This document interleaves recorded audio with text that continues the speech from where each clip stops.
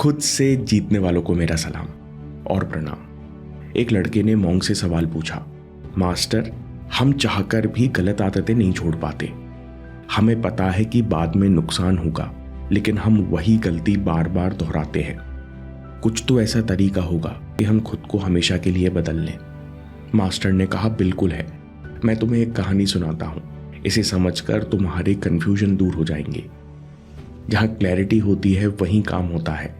इसलिए कहानी को ध्यान से सुनना, फिर मैं तुमसे सवाल पूछूंगा। एक बैल और हाथी दोनों मित्र जंगल में रहा करते। हाथी अधिकतर सोया रहता और बैल अधिकतर जंगल में घूमा करता। एक दिन बैल मस्ती में जंगल के पास घूम रहा था। चलते चलते वो थोड़ा बाहर निकल गया। बैल की नजर एक हरे भरे खेत पर पड़ी। ताजी फसल देखकर बैल के मुंह में पानी भर आया। बैल ने सोचा, क्या कमाल का मैदान है, चलो पहले पेट भर के घास खाते हैं। बैल बिना कुछ सोचे समझे सीधे खेत में कूद पड़ा और घास खाने में व्यस्त हो गया। बैल की आहट सुनकर खेत का मालिक चौकस हो गया। उसने बैल को देखा, दबे पैर बैल के पास आया। फिर किसान ने बैल पर जोरदार प्रहार किया। एकदम हुए हमले से बेचारा बैल सकपका गया और तेजी से बाहर निकला। अब बैलों का तो स्वभाव ही ऐसा होता है कि एक तो इनमें अकड़ बहुत होती है, दूसरा इनको कुछ सिखाओ तो कुछ याद भी नहीं रहता। अगली सुबह तक बैल सब कुछ भूल गया। वो मस्ती में फिर घूमने निकला। रास्ते में उसे दोबारा खेत मिला। ताजी घास देखकर बैल के मुंह में दोबारा पानी आया और वो फिर घास खाने खेत में घुस गया। आज किसान तो और ज्यादा सतर्क था। जैसे ही बैल आया, किसान ने जोरदार प्रहार किया और लाठी मार मार कर बैल को लाल कर दिया। अब हर दिन यही होने लगा। हर रात बैल सोचता कि बहुत दर्द हो रहा है, कल से घास नहीं खाऊंगा। लेकिन सुबह तक ये बात उसके दिमाग से उतर जाती और जब वो घूमकर खेत के सामने पहुंचता तो घास देखकर सारा दर्द, सारी तकलीफ ही भूल जाता। इस कारण बैल की रोज पिटाई होती। हर दिन पिटाई से बैल थका, निराश और बीमार रहने लगा। फिर एक दिन बैल अपने दोस्त हाथी के पास गया। हाथी सो रहा था। बैल ने उसे बड़ी मुश्किल से जगाया। फिर हाथी से पूछा, हाथी भाई, मैं तो इतना ताकतवर हूं, मस्त होकर रहता हूं, फिर मुझे बार बार चोट क्यों लगती है? मुझे पूरे शरीर में दर्द क्यों हो रहा है? मैं कई दिनों से खुश नहीं हूं।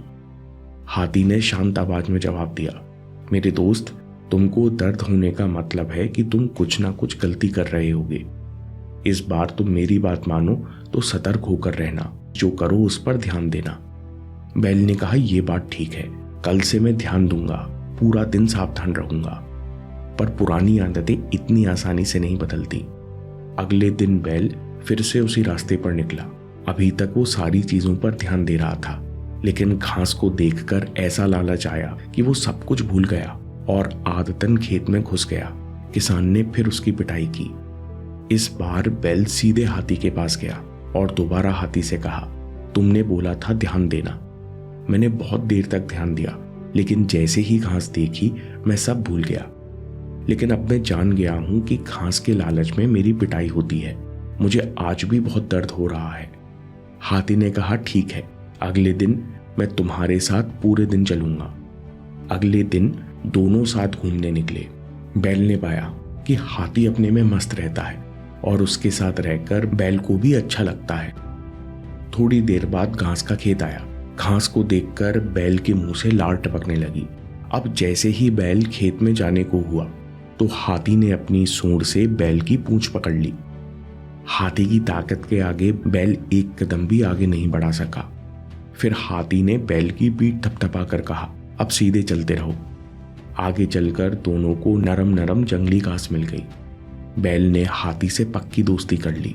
अब बैल हर दिन हाथी के साथ ही घूमता। जब भी बैल कोई गलती करने वाला होता तो हाथी उसे तत्काल संभाल लेता। ऐसे कई दिन निकल गए। हाथी के साथ होने से बैल की सारी गलतियां खत्म हो गई। वो बहुत खुश, स्वस्थ और आनंदित रहने लगा। मास्टर ने पूछा, अब बताओ, इस कहानी में बैल कौन है और हाथी कौन? लड़के ने कहा, मैं आपकी बात समझा नहीं। मास्टर ने कहा, इस कहानी में बैल है हमारा मन और हाथी है हमारी रिलैक्स्ड अवेयरनेस। मन की एक कमी है, मजे की चाह, जिसमें वो अंधा हो जाता है। वो पिछले सब दर्द भूलकर लोगों और चीजों के पीछे भागता है। हर बार दुखी होता है, चोट खाता है, लेकिन सुख की चाह में वो भूल जाता है कि पिछली बार क्या भुगता था। मास्टर ने कहा, यही वजह थी कि मन का बैल बार बार हरी घास देखकर सारी पिटाई भूल जाता था। हम लोगों के मन के साथ भी ऐसा ही होता है। एक ही लूप में काफी समय निकल जाता है। तकलीफ पड़ती है तब मन जाकर सॉल्यूशन ढूंढता है। मास्टर ने कहा, दर्द बुरा नहीं है, हर तकलीफ जागृति का बीज है। Every suffering leads to a greater realisation. जब मन को तकलीफ होती है तभी वो क्लैरिटी, अवेयरनेस या माइंडफुलनेस को जगाता है। तभी जाकर बैल हाथी को जगाता है। बार बार गलती से बचने के लिए मन को अवेयरनेस यानी बैल को हाथी से दोस्ती करनी पड़ती है। रिलैक्स्ड अवेयरनेस या माइंडफुलनेस क्या है? गौतम बुद्ध कहते हैं, सजग रहो, सहज रहो, यानी अटेंशन विदाउट टेंशन। हर छोटा काम पूरी तरह प्रेजेंट होकर करो। चलना, बैठना, खाना, हर रोज के काम रिलैक्स्ड अवेयरनेस के साथ किए जाएं तो हम पाएंगे कि सारे काम प्रेजेंट के फ्लो में हो रहे हैं। प्रेजेंट में कोई कोशिश या एफर्ट भी नहीं, केवल रिलैक्स्ड अवेयरनेस रहती है। लड़के ने कहा, मैं ये रिलैक्स्ड अवेयरनेस कैसे अनुभव कर सकता हूं? मास्टर ने कहा, शुरुआत आसान नहीं होती।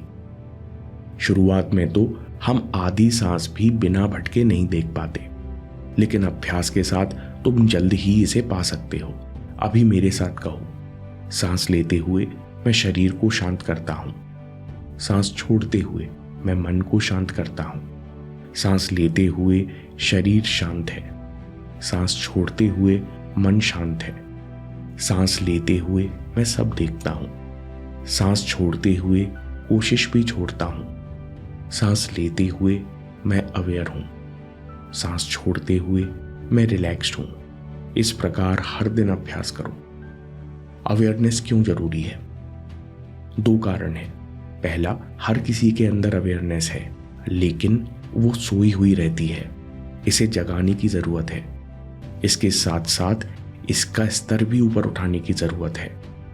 दूसरा कारण है, आप मन के बैल को एक जगह बांध कर नहीं रख सकते।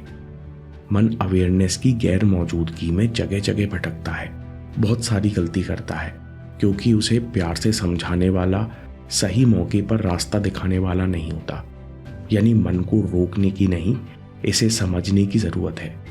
नहीं तो मन मजे के पीछे भागते भागते परेशान, निराश और बीमार हो जाता है। इसलिए इसे ध्यान करना सिखाओ, इसे असली आनंद से मिलाओ। फिर मन का बैल कमजोर नहीं पड़ेगा और एक लक्ष्य की दिशा में आगे बढ़ेगा। इसके बाद मास्टर ने कहा, रिलैक्स्ड अवेयरनेस में थोड़ा सा भी सुधार जीवन में बहुत बड़ा बदलाव लाता है। मन को डराकर उसे कुछ समय के लिए आप कंट्रोल में तो ला सकते हो, पर डर हटते ही वासनाओं के प्रभाव से इच्छा प्रकट होती है और इच्छा के प्रभाव से आदतें और पुरानी हरकतें वापस लौट आती हैं। दूसरी तरफ रिलैक्स्ड अवेयरनेस विकसित होने से डिसिप्लिन एफर्टलेस हो जाता है। आप गलत काम करने से या गलत बात बोलने से उसी समय खुद को रोक लेते हो, अपने आप सतर्क हो जाते हो, वो भी बिना कोई फ्रिक्शन या टेंशन के। यानी गलत आदतें बिना बूझ, बिना गिल्ट, बिना टकराव के ठीक होने लगती हैं। इसलिए हाथी का साथ पाने के बाद बैल खुश और स्वस्थ रहने लगता है और जीवन हर क्षेत्र में बेहतर होता है। इसलिए बुद्धा कहते हैं, लिव नॉन मैकेनिकली, यानी हर कर्म में, हर विचार में, हर शब्द में अवेयरनेस हो तो यही सब प्रेजेंट को सामने लाने लगते हैं। इसलिए हमें बचपन से सिखाया गया कि धीरे खाओ, अच्छे से बैठो। ये सब नेगेटिव थॉट पैटर्न्स तोड़ने, अवेयरनेस से दोस्ती करने और सचेत रहने के रिमाइंडर थे।